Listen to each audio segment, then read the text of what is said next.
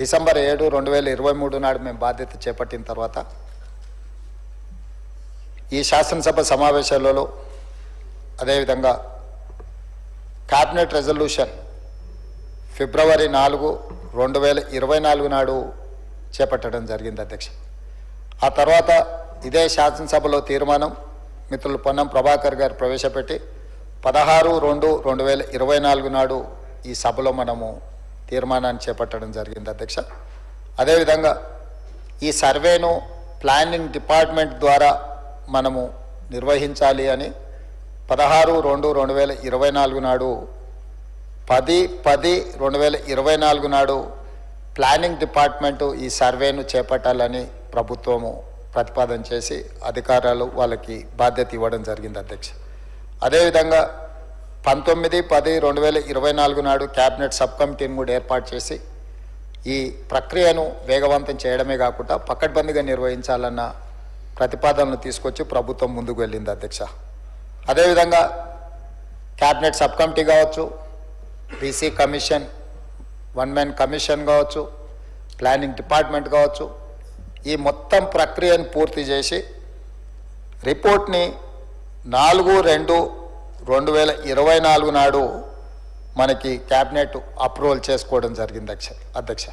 ఫిబ్రవరి 2, 2025 నాడు క్యాబినెట్కి report submit చేస్తే 4/2/2025 నాడు క్యాబినెట్ అప్రూవల్ చేయడమే కాకుండా సేమ్ డే 4/2/2025 నాడు ఇదే సభలో మనం స్టేట్మెంట్ రికార్డ్ చేసి రెజల్యూషన్ పాస్ చేసినాం అధ్యక్ష. ఆ రోజు జరిగిన చర్చల సందర్భంగా కొంత ఈ సర్వేలకు సంబంధించిన అంశాల మీద కూడా కొంత చర్చ జరిగింది. ఆ చర్చకు సంబంధించి రకరకాల అనుమానాలు వాళ్ళు లేవనెత్తితే ఫేజ్ 1లో మనం చేపట్టిన సర్వేలో 1,12,15,134 కుటుంబాలు పాల్గొనడం జరిగింది. అందులో 3,54,77,552 మంది ఫేజ్ 1లో వాళ్ళ వివరాలను అందించడం జరిగింది అధ్యక్ష. అప్పటికి కొంతమందికి అవకాశాలు రాలేదు, కొంతమంది మా ఇళ్ళకి రాలేదు అని రకరకాల అంశాలను ప్రభుత్వం దృష్టికి తీసుకొస్తే మళ్ళీ ఒక 2వ విడత కూడా అందరికి అవకాశం ఇవ్వాలి, ఇందులో పాల్గొనే విధంగా అందరినీ మనం మోటివేట్ చేయాలనే ఉద్దేశంతో 2వ ఫేజ్లో కూడా మనం తీసుకోవడం జరిగింది అధ్యక్ష. సెకండ్ ఫేజ్లో కూడా మనము ఈ సర్వేలో పాల్గొనడానికి అవకాశం ఇస్తే 21,715 కుటుంబాలు 73,205 మంది వాళ్ళ వివరాలను అందించారు అధ్యక్ష.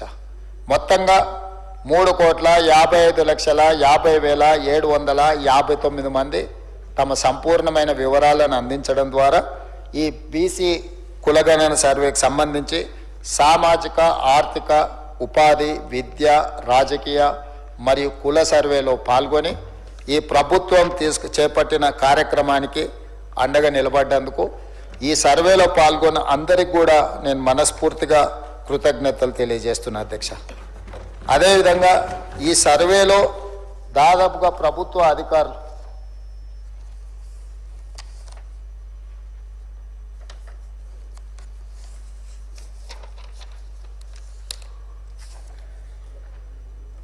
ఈ సర్వేలో ప్రభుత్వ ఫేజ్ 1, ఫేజ్ 2లో ప్రభుత్వ అధికారులు అధ్యక్ష 1,03,889 మంది ప్రభుత్వ సిబ్బంది సర్వేలో పాల్గొన్నారు అధ్యక్ష.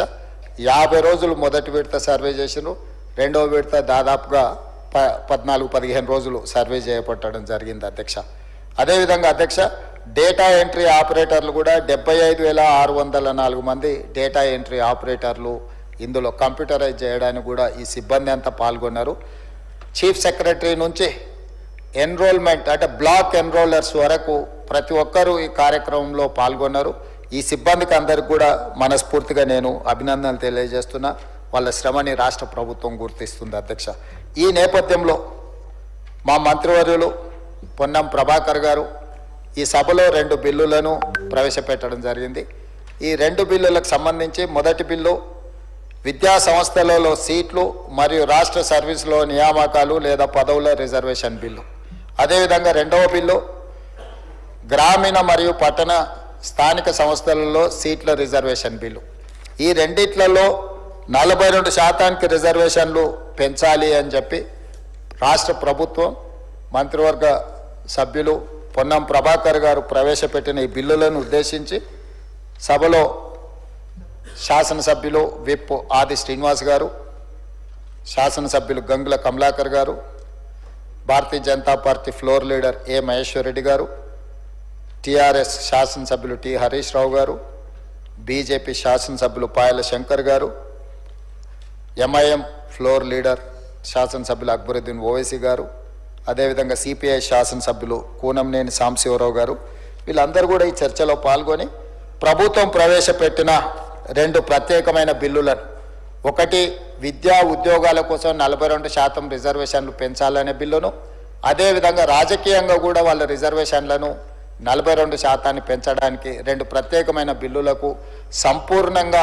మద్దతు పలికినందుకు చర్చలో పాల్గొన్న బీఆర్ఎస్, బీజేపీ, ఎంఐఎం, అదేవిధంగా సిపిఐ పార్టీలకు, ఆ పార్టీ నాయకులకు అందరికీ కూడా ప్రభుత్వం తరఫున అభినందనలు, ధన్యవాదాలు తెలియజేస్తున్నా అధ్యక్ష.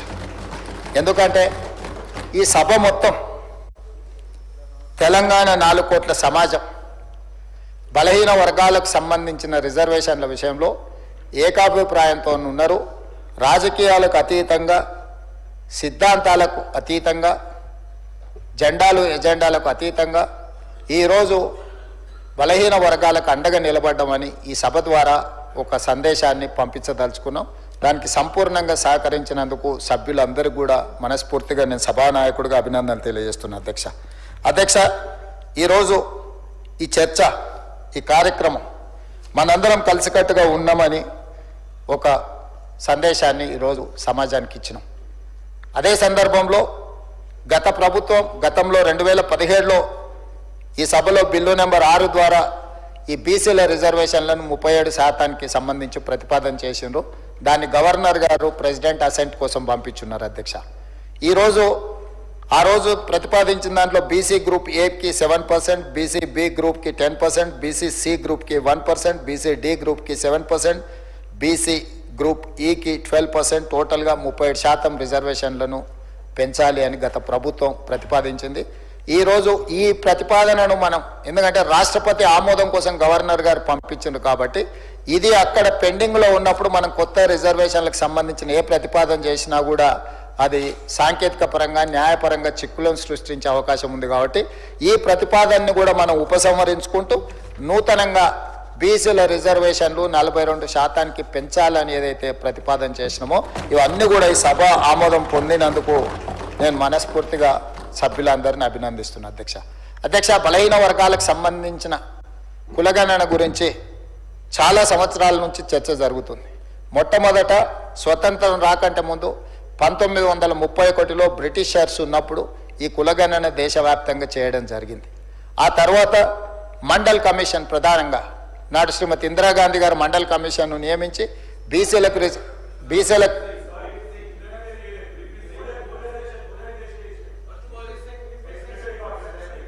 ఓకే సార్, విపి సింగ్ గారు దాన్ని అమలు చేయడానికి వచ్చారు. మొట్టమొదట 1917 మొట్టమొదట 1979లో ఈ మండల్ కమిషన్ను నియమించి ఆ మండల్ కమిషన్ ఒక రికమెండేషన్స్ని ఇచ్చింది. ఆ రికమెండేషన్స్ని విపి సింగ్ గారు ప్రధానమంత్రిగా ఉన్నప్పుడు దాన్ని అమలు చేయడానికి దాన్ని తీసుకొని వచ్చిండ్రు అధ్యక్ష. ఆనాడు మండల్ కమిషన్ 52% బీసీలు ఉన్నట్టుగా గుర్తించి 27% రిజర్వేషన్లు ఇవ్వమని రికమెండ్ చేయడం జరిగింది. దాన్ని సుప్రీంకోర్టు కూడా అప్హోల్డ్ చేసింది అధ్యక్ష. ఆ విధంగా మొట్టమొదట బీసీ రిజర్వేషన్లకు చట్టబద్ధత ప్రారంభమైంది అధ్యక్ష. ఆ తర్వాత వివిధ రాష్ట్రాలలో వివిధ సందర్భాలలో రిజర్వేషన్లు ఇవ్వడం, తెలంగాణ రాష్ట్రంలో, ఉమ్మడి ఆంధ్రప్రదేశ్ రాష్ట్రంలో 29% రిజర్వేషన్లు ఇవ్వడం జరిగింది అధ్యక్ష. 15% ఎస్సీలకు రిజర్వేషన్లు, ఆనాడు 6% ఎస్టీల రిజర్వేషన్లు, మొత్తంగా 50% రిజర్వేషన్ల కింద ఆ రోజు రిజర్వేషన్లను అమలు చేసింది అధ్యక్ష.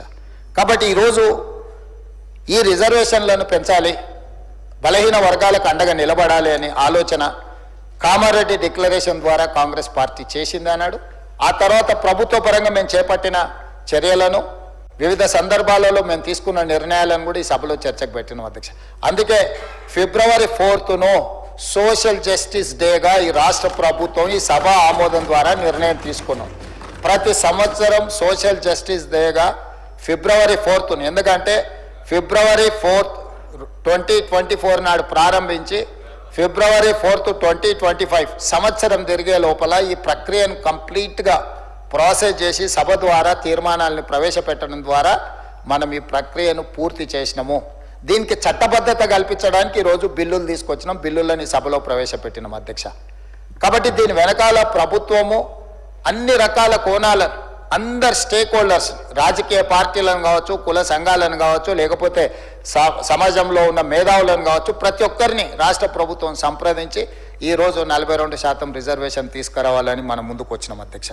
కాబట్టి ఈరోజు నా విజ్ఞప్తి ఒకటే, చాలామంది సభ్యులు చాలా విషయాలు మాట్లాడినరు, బడ్జెట్ విషయాలు మాట్లాడినరు, ఇతర రిజర్వేషన్ల గురించి మాట్లాడినరు, ఇతర నిధుల గురించి మాట్లాడినరు, చాలా అంశాలను ప్రస్తావించిన. సరే, నేను రాజకీయ అంశాల జోలికి నేను వెళ్ళదలుచుకోలేదు, ఎందుకంటే ఈ సందర్భంగా సభానాయకుడిగా నేను రాజకీయమైన అంశాలను ప్రస్తావిస్తే ఇది వివాదానికి దారితీస్తుంది. ఈరోజు ఏ వివాదాలకు తావు లేకుండా బలహీన వర్గాలకు న్యాయం చేయడమే మా విధానము. దీనికి అండగా నిలబడడానికి అందరినీ నేను మనస్ఫూర్తిగా అభినందిస్తున్నాను. అదే సందర్భంలో శశబిషలు అక్కర్లేదు అధ్యక్ష. సభానాయకుడిగా 42% రిజర్వేషన్లు విద్యా ఉద్యోగాలలో రాజకీయపరమైన రిజర్వేషన్లను సాధించడానికి నేను నాయకత్వం వహిస్తా. ఈ సభానాయకుడిగా నేను మాటిస్తున్న బలహీన వర్గాలకు, తెలంగాణ రాష్ట్రంలో ఉన్న వాళ్లకు ఈ రిజర్వేషన్లు సాధించడానికి నేను నాయకత్వం వహిస్తా. అన్ని పార్టీలను కలుపుకొని వెళ్తాను. ప్రధాన ప్రతిపక్ష నాయకుడు కల్వకుంట్ల చంద్రశేఖరరావు గారికి కూడా నేను విజ్ఞప్తి చేస్తున్నా, మనందరం కలిసికట్టుగా భారతీయ జనతా పార్టీ నాయకులు, ఇక్కడ సభానాయకుడిగా ఉన్న మహేశ్వర్ రెడ్డి గారిని, ఎంఐఎం పార్టీ నాయకుడు ఉన్న అక్బరుద్దీన్ ఓవైసీ గారిని, మిత్రుడు సాంబశివరావు గారిని, సిపిఐ నాయకులను, వీళ్ళనే కాకుండా రాజకీయ పార్టీలకు కూడా నేను విజ్ఞప్తి చేస్తున్నా. మనందరం కలిసికట్టుగా కేంద్ర ప్రభుత్వం దగ్గరికి, ప్రధానమంత్రి దగ్గరికి వెళ్దాం, చట్టాన్ని సవరించుకుందాం. ఈ చట్టాలన్నీ కూడా పరిపాలన సౌలభ్యం కోసం మనం చేసుకున్న చట్టాలే. 100 పైగా మనము రాజ్యాంగ సవరణలను చేసుకున్నాం ప్రజలకు మేలు చేయడం కోసం. కాబట్టి ఈరోజు అవసరమైతే రాజ్యాంగ సవరణ అయినా చేపట్టడం ద్వారా బలహీన వర్గాలకు విద్యా ఉపాధి అవకాశాలలో, అదేవిధంగా రాజకీయ అవకాశాలలో 42% పెంచడానికి అవసరమైన చట్టపరమైన చర్యలు అన్నిటిని కూడా మనం తీసుకోవాలి. దీనికి సంబంధించి మనం ఎవరము ఒకరిని ఒకరు విభేదించుకోవాల్సిన అవసరం లేదు, ఇందులో ఒకరినొకరు విమర్శించుకోవాల్సిన అవసరం లేదు. మన అందరి అభిప్రాయం ఒకటే అయినప్పుడు, మనందరం ఇందులో అనుకూలంగా ఉన్నప్పుడు ఈరోజు ఇంకా ఇది సాధించుకోక ఎందుకు అవుతుంది అధ్యక్ష?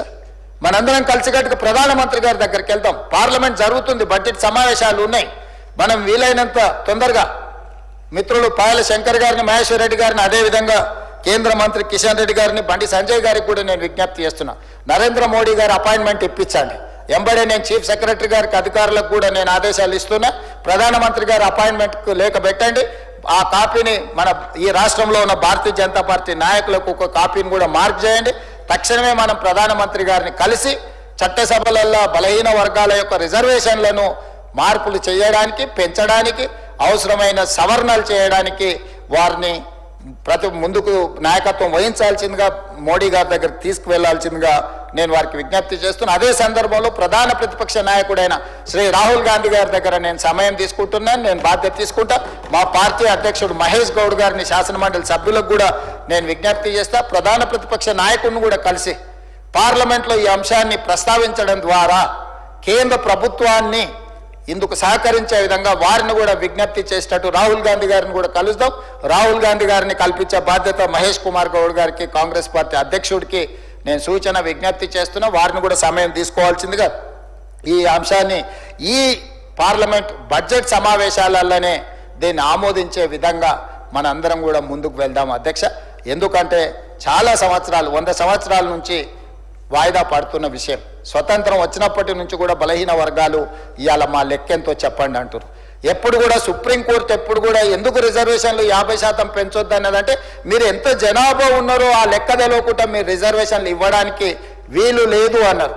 ఈరోజు భారతదేశంలోనే మొట్టమొదటిసారి ఒక స్పష్టంగా పారదర్శకంగా తెలంగాణ రాష్ట్ర ప్రభుత్వం మొదటి రాష్ట్రంగా కులగణన, సామాజిక, ఆర్థిక, అదేవిధంగా ఉపాధి, విద్య, రాజకీయ, కుల సర్వేను పారదర్శకంగా ప్రజలందరినీ భాగస్వాములను చేసి ప్రభుత్వం ఒక పకడ్బందీ సర్వే చేసింది, లెక్కలు తెచ్చింది. కాబట్టి ఈ లెక్కలు 100% కరెక్ట్. అధ్యక్ష, సభానాయకుడిగా నేను మాట ఇస్తున్నా, 100% ఈ లెక్క కరెక్టు.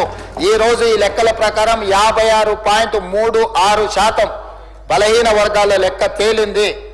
ఆ 56.36% ఉన్న బలహీన వర్గాలకు 42% విద్యా ఉద్యోగాలలో అదేవిధంగా రాజకీయాలలో రిజర్వేషన్లు ఇవ్వాలి అని చెప్పి ఈరోజు తీర్మానం చేస్తున్నాం. ఆ తీర్మానాన్ని ఈరోజు ఈ బిల్లు ఈరోజు సభలో ప్రవేశపెట్టిన ఇది తీర్మానం కాదు అధ్యక్ష, ఇది బిల్లు, చట్టబద్ధత కల్పిస్తున్నాం. గతంలోనే మనము తీర్మానం చేసుకున్నాం, రెజల్యూషన్స్ పాస్ చేసి పంపించినాం గవర్నమెంట్ ఆఫ్ ఇండియాకు, ప్రైమ్ మినిస్టర్కు. ఇప్పుడు చట్టం చేసినాం. గతంలో కూడా 2017లో గత ప్రభుత్వం 37% బలహీన వర్గాల రిజర్వేషన్ల కోసం 37% రిజర్వేషన్లు పెంచండి అని చట్టం చేసిండ్రు. ఆ చట్టం గవర్నర్ గారు ప్రెసిడెంట్ అసెంట్ కోసం పంపించారు. అది అక్కడ పెండింగ్ ఉన్నప్పుడు ఇంకొక చట్టాన్ని మనం చేసినప్పుడు కొంత న్యాయపరమైన చిక్కులు ఉంటాయి కాబట్టి వాటిని ఉపసంహరించుకొని కొత్త ప్రతిపాదన మనం తీసుకొచ్చినాం. ఈ ప్రతిపాదన ప్రకారం మనం రిజర్వేషన్లు పెంచుకోవాలి. ఇప్పుడు అక్కడ పార్లమెంటు కూడా సమావేశాలు జరుగుతున్నాయి కాబట్టి పార్లమెంట్లో దీన్ని ఆమోదింపజేసుకోవాల్సిన బాధ్యత ఈ సభలో ఉన్న సభ్యులందరికీ, ఈ రాష్ట్రంలో ఉన్న రాజకీయ పార్టీలకు అన్నిటికి కూడా ఉన్నది. తప్పకుండా దీన్ని సాధించుకుందాం. సాధించుకునే వరకు దీన్ని విశ్రమించేది లేదు. సాధించడానికి అవసరమైన నాయకత్వాన్ని వహించడానికి మేము సిద్ధంగా ఉన్నాం. కామారెడ్డి తీర్మానానికి మేము కట్టుబడి ఉన్నాం. మిగతా విషయాలు మిత్రులు చాలామంది చాలా అంశాలు లేవనెత్తిన, ముఖ్యంగా పాయలశంకర్ గారు చాలా విషయాలు, వారి ఆవేదన, వారి ఆలోచన, అదేవిధంగా హరీష్ రావు గారు, గంగ్ల కమలాకర్ గారు వివిధ అంశాలను, అదేవిధంగా అక్బరుద్దీన్ ఓవైసీ గారు కూడా చాలా విషయాలను ప్రస్తావించారు. ఏ విధంగా బలహీన వర్గాలను బలోపేతం చేయాలనో, వీళ్ళు బలహీన పాలితులు కాదు పాలకులుగా వీళ్ళని ఎట్లా మార్చాలని వాళ్ళు సూచనలు చేసిండ్రో తప్పకుండా ఆ కార్యాచరణ ముందుకు వెళ్దాం. ఇంతకుముందు కూనంనేని సాంబశివరావు గారు చెప్పినట్టు ఈసారి వచ్చిన 4 శాసనమండలి సభ్యులు 4 ఎస్సీ ఎస్టీ బీసీలకే మేము ఇవ్వడం జరిగింది. వీళ్ళ ఎక్కడో ఒక దగ్గర మొదలవ్వాలి, దాన్ని ముందుకు తీసుకెళ్తున్నాం. ఆ ముందుకు తీసుకెళ్లే క్రమంలో ఈ సభ అంతా అండగా నిలబడ్డందుకు, అదేవిధంగా బడ్జెట్ గురించి కూడా చాలా విషయాలు పెట్టి కేంద్ర ప్రభుత్వం ఈసారి 50,65,000 కోట్ల రూపాయల బడ్జెట్ ప్రవేశపెట్టింది. ఇందులో మా పాయల శంకర్ గారికి మోడీ గారి దగ్గర మంచి ఇన్ఫ్లుయెన్స్ ఉన్నది. వారు దీంట్లో 56% బలైన వర్గాలకు ఈ 50,65,000 కోట్ల బడ్జెట్ ఈ సంవత్సరం ఏదైతుందో అందులో కేటాయించేటట్టు పాయల శంకర్ గారు ప్రయత్నం చేయాలి. తెలంగాణ రాష్ట్రానికి కూడా ఎంత వస్తుందో ఆ లెక్క ప్రకారం వాటిని కూడా తెలంగాణ రాష్ట్రానికి ఇప్పించవలసిందిగా కోరుకుంటూ ఈ చర్చలో పాల్గొని ప్రభుత్వానికి అండగా నిలబడ్డ అందరికీ మరొక్కసారి మనస్ఫూర్తిగా ధన్యవాదాలు తెలియజేస్తున్నా. అధ్యక్ష, ఇది కీలకమైన అంశం. తమరు అనుమతిస్తే ఇంకా బలైన వర్గాల శాసనసభ్యులు కానీ ఇతరులు ఎవరైనా ఈ చర్చలో పాల్గొంటన్నా కూడా వాళ్ళందరికీ తమరు అనుమతిస్తే అవకాశం ఇవ్వచ్చు. ముఖ్యమంత్రి గారు మాట్లాడినారు కాబట్టి మిగతా వాళ్ళకి అవకాశాలు ఇవ్వద్దన్న ఆలోచన మాకేం లేదు అధ్యక్ష. నేను కూడా ఒక సభ్యుడిగా నా అభిప్రాయాన్ని ఈ సభలో మీ ముందు ఉంచిన, మిగతా సభ్యులకు ఎవరికైనా కూడా ఇందులో చర్చలో పాల్గొనాలని ఉంటే వాళ్ళకి అవకాశం ఇవ్వండి. మా మంత్రి గారు ఎక్కడ ఉన్నారు, తప్పకుండా మంత్రి గారు వాటికి సమాధానాలు ఇస్తారు. ఏదేమైనా ఈ సభలో ఒక మంచి సాంప్రదాయానికి ఈరోజు మనందరం కూడా నాంది పలికినాం. ఈ మంచి సాంప్రదాయం ప్రకారం బలహీన వర్గాలకు 42% రిజర్వేషన్లు రావాలని ప్రగాఢంగా మనస్ఫూర్తిగా కోరుకుంటున్నాం.